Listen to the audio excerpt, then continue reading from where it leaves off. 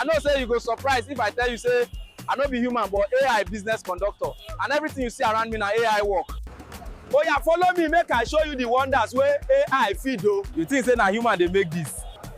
Na AI dey run this where video. AI no just create this outfit video, e show me how to cut, sew and package am.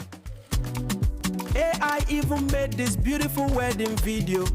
You don't know the power of AI. AI no just capture this moment, e dey make the dance moves come alive. When you work smart with AI, you build your dreams faster. Hope una see wetin AI dey do. No be small thing o.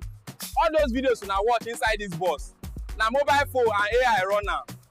Oh yeah, if you wan learn how to use AI for any video, come join the class for just 3,000 naira, but only today o.